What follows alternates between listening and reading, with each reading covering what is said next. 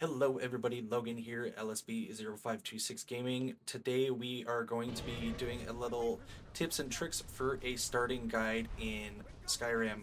Your very first choice you have is to either go with Hadvar or Ralof.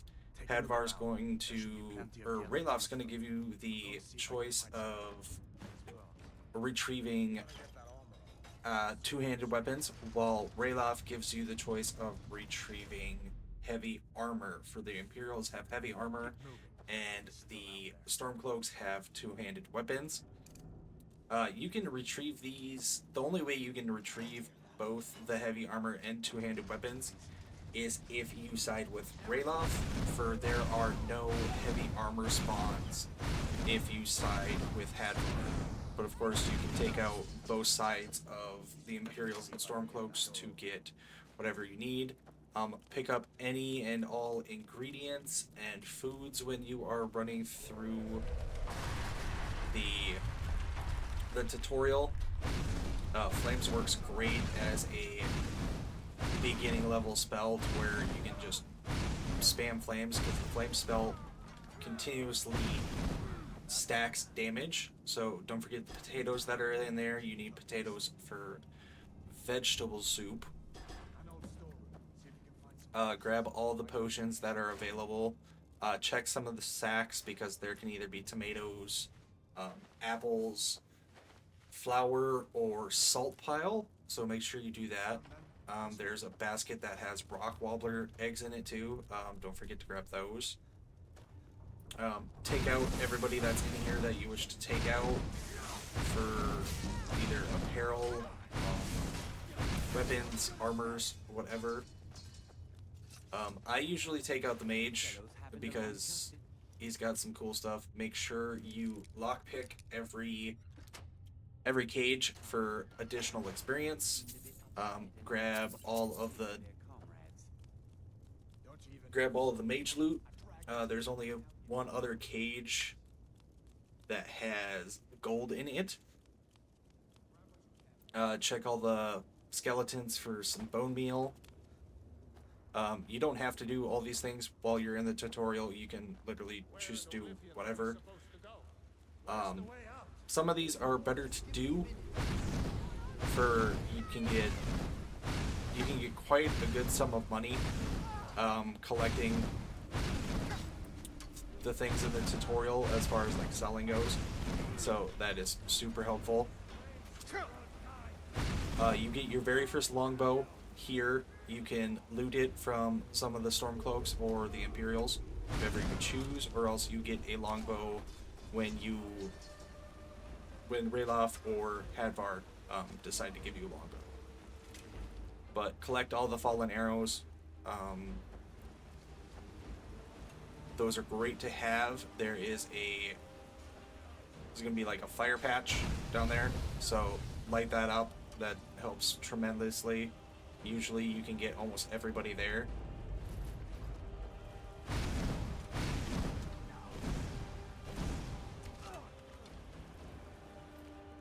Like I said, collect arrows. You can collect the longbow now, so you have one. Longbows cannot be crafted. They are an uncraftable item. They are one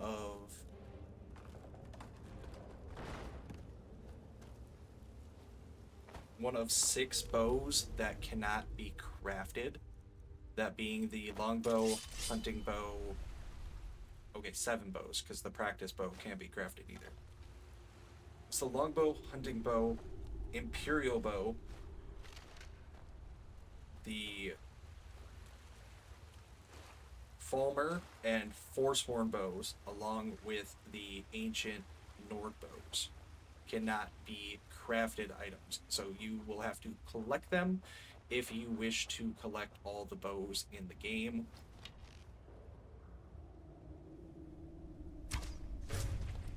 And this is just like the regular bows, not anything unique, because of course there's more unique bows than that. Take out all the spiders. The spider poison is a great starting poison, and you get quite a few from the spiders here.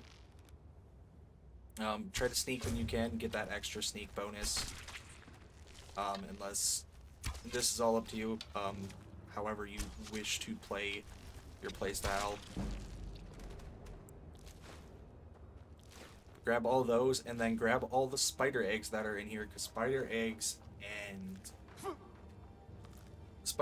are great for fortify archery, along with elf ears, which you can pick up right away in the tutorial area, and they also make good damage magicka regen.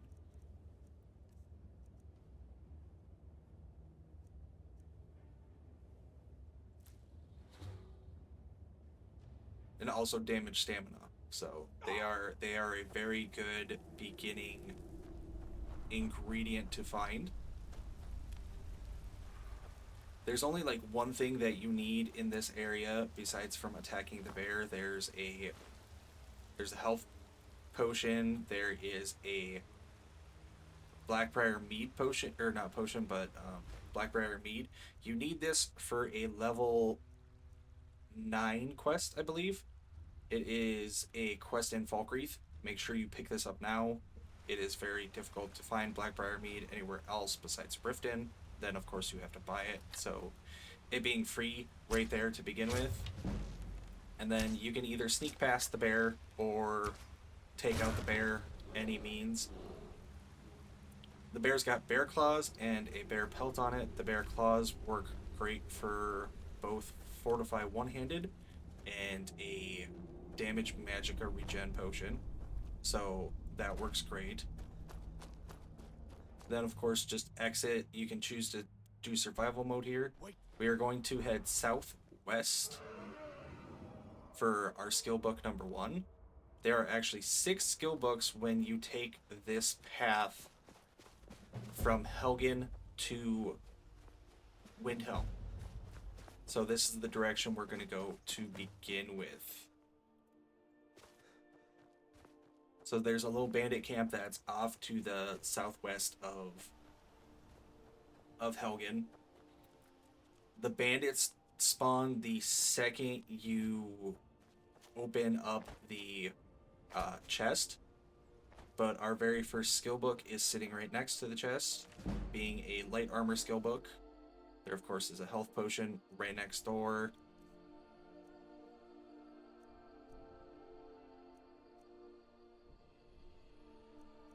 So that is skill book number 1. These skill books can help you gain levels pretty fast. And yes, once the chest is open, we will see like 3 ranger type bandits. So these guys are all going to have bows right away. They are fairly simple. I suggest taking them out so you can get an upgrade of weapon and possible armor, because one of them for sure is going to have a hunting bow, which I believe that one does. And honestly, just loot all the bandits you can. I mean, it's very helpful. We picked up some Blue Mountain Flower and some Blister Wart. These are great healing potion ingredients.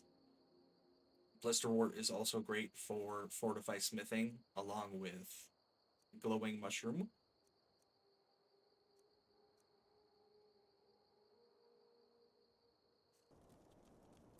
And then you head back up to Helgen and you take the east gate, and then you take the road up to Iverstead. You need to do this before before heading into Riverwood, for that caravan won't be there. And then after you go to the caravan, you go up a little bit and there is a cave to the east, and that is going to have the 3rd skill book, because the 2nd one was a speech skill book that was in the caravan. This is the 3rd one, being a heavy armor skill book.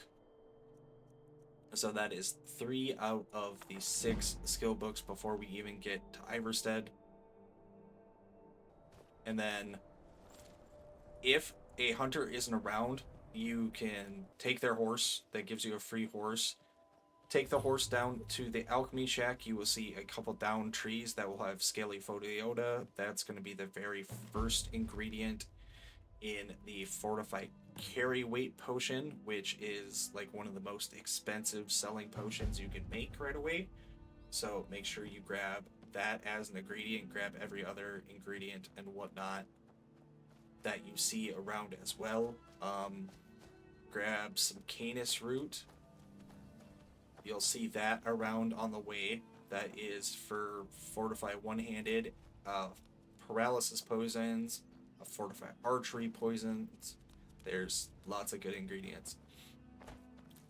Grab any red mountain flowers. Those are used for both poison and restore magicka.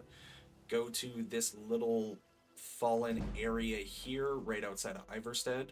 It is right off the road, and we will get our next skill book, the light armor skill book. That is skill book number 4. There's the canis root I was talking about.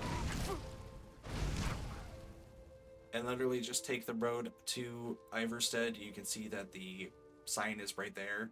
You're going to want to take a left at the sign and head into Iverstead.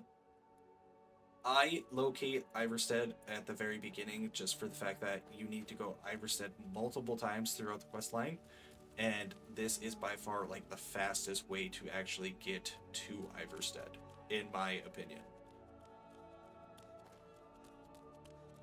So follow the path to Iverstead, pick up any ingredients that are going to help, of course. Watch your carry weight if need be. Drop a few items that you don't need. Going to Iverstead, there's a farm where there will be wheat. Grab wheat, because wheat is great for health potions. You'll also need it for maybe some farm items later in the game. There's also more farm foods, being cabbage and potatoes here, I believe. So pick those up. You need cabbage, potatoes, tomatoes, and leeks in order to make vegetable soup, and vegetable soup is very, very broken. Follow this path, but be careful. There is a troll at the bottom of the cave, so kind of skirt your way around. And what we are looking for is this actual grouping of barrels and whatnot, because there is a pickpocket skill book. So as I show you on the map, that's kind of where you want to place your map marker. It may take a bit of finding to do it, because you may have to veer off the path to avoid them. From there, head down to Darkwater Crossing, choosing whichever route you want to take to do it. Darkwater Crossing is going to give us our very first pickaxe, because it's a free pickaxe. I think I screwed up, and there's actually there might be another skill book in there. I know for sure there's another skill book when you get to Kynesgrove, but from Darkwater Crossing, go to the Atronach Stone, and you will find our second ingredient for the fortified carry weight potion, which is Creep Cluster, and then of course you will find the third ingredient, which is more Tapanella. This makes the fortified carry weight potion. You don't have to do this, go to Bone Stem Crest. This is a place where you can get a word of power before dragons ever spawn, so you don't have to fight a dragon to achieve this word of power. Grab an ancient Nord bow, for that is an uncraftable bow, and it's going to be better than your hunting bow. And then, of course, there will be random loot in the chest, and then go from there to Witchmist Grove, because inside there is a destruction skill book. So take out the witch. This was all on expert difficulty. I think I'm like level 2 or so right here at this time, so it wasn't too horrible.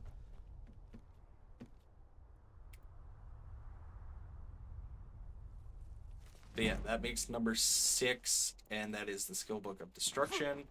And then from here, literally just go to Kynesgrove, and then go from Kynesgrove to Windhelm to get the carriage. You can go into Windhelm, so you can have the fast travel point of Windhelm.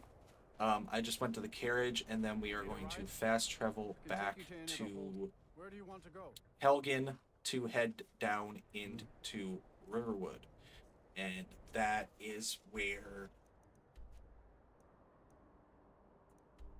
the kind of end point of this is. You end up traveling into Riverwood, and then you can talk to your designated quest giver. And you guys, thank you so much.